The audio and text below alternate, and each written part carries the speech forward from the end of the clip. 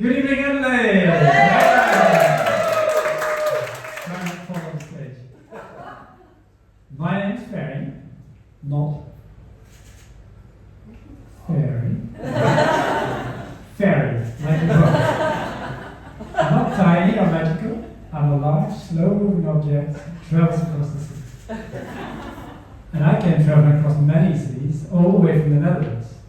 I came to Adelaide for the strong biculture, the presence of hills, and the general acceptance of lycra. I'm a professor at biomaterials at UniSA.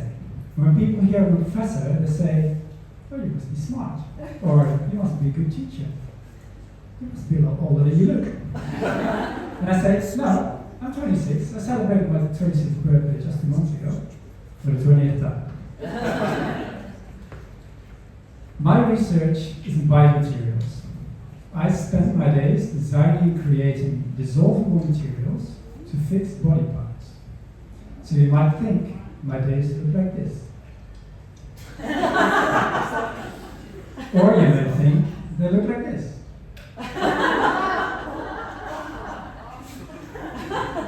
Well, actually, many of my days look more like this. And I can hear you thinking, why would the screen content of a biomaterials engineer be not suitable for your audience? Well, I'll explain. As a 16-year-old boy, I dreamt of two things. One was to be a scientist, and two, what most 16-year-old boys dream of. And I always thought those dreams were completely unrelated. And it turns out they're not. Because now, 10 years later, I'm a scientist developing materials to fix breasts. Now, breasts are not just for babies to feed on, or for guys to marvel at. They actually contribute strongly to a woman's feeling of self-worth and a psychological well-being. So therefore, it's usually important that when a woman's breast tissue needs to be removed due to cancer, she gets her body shape restored through breast reconstruction in a safe and problem-free manner. Aim of my research is to help these women. The good news is, the tech is working. To not start directly on cancer patients with these experimental treatments, for now we're working to help women who have silicone implants that have become problematic and needs to be removed. Over the past 2.5 years, 19 women have received our dissolvable implants in clinical trials with excellent outcomes. And if you think I get rich from any of all this, actually all the money goes to this guy. He's my former PhD student and my future sugar daddy. And his name is Dr. Modi Chai. So I like to call him Mo. I mean, isn't that beautiful, Mo? He started a company Valeseno to translate our research and is currently making this a reality for patients. So why do we need dissolvable materials to fix breasts and other body parts?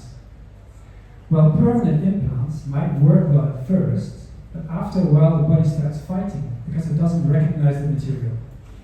This we call the foreign body response. And I'm not talking about foreign bodies like these.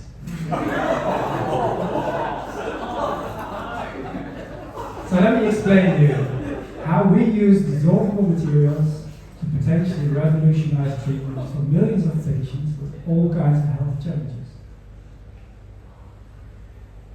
Building a body part is just like building a house.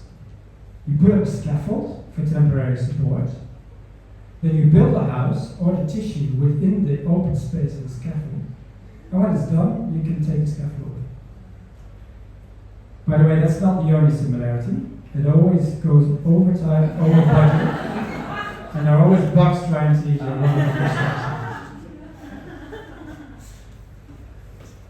Besides these similarities, there's one important difference between building a body part or a house. When the construction is done, we don't want to have to go in and physically remove the scaffold. We don't want to open the patient back up and risk the bugs from getting in. And secondly, the new tissue is completely interwoven with the scaffold. So this is where the dissolvable materials come in. Here's how it works. When cancerous breast tissue or a problematic silicone implant is removed, the scaffold is implanted into the cavity to maintain the breast shape. Next, fat tissue is injected into the open space within the scaffold. This fat tissue is harvested elsewhere from the body through liposuction. Who says side effects always have to be negative? So Kim, if fashion ever changes from bottoms to boobs, we've got you covered.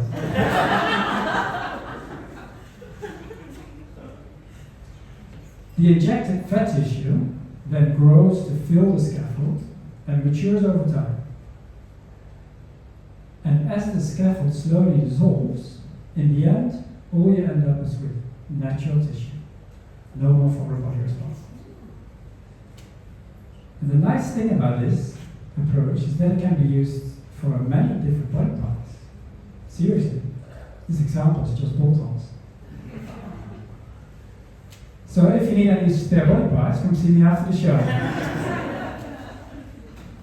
I'm running a special feed at the moment, so ladies, come get some spare feet so you can justify why you really need to buy another pair of shoes. Or to help you out with the cost of living crisis.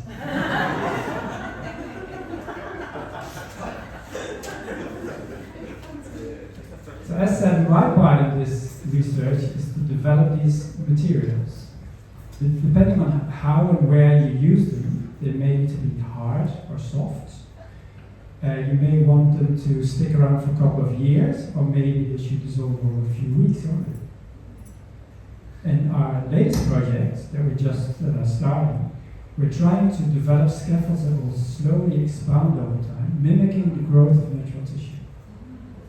My end game in all this is to grow my own army of minions and take over the world.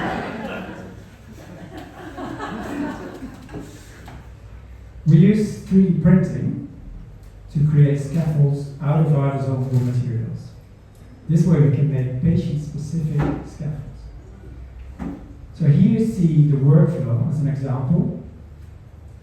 This is for a Ukrainian war veteran who lost a 14 centimeter piece of bone due to an explosion in the war. A CT scan revealed the size and shape of the defect. This allowed Mohit and his colleagues at Barcelona to compute and design a scaffold precisely for this patient and then 3D print it. The scaffold was then implanted and filled with bone chips. Yes, in this case, bone chips were used, so you wouldn't want the poor man to grow booby arms now. Or any woman to grow arm and boobs. Anyway, 3 months later, the scaffold had completely filled with new bone, and the patient's feeling great.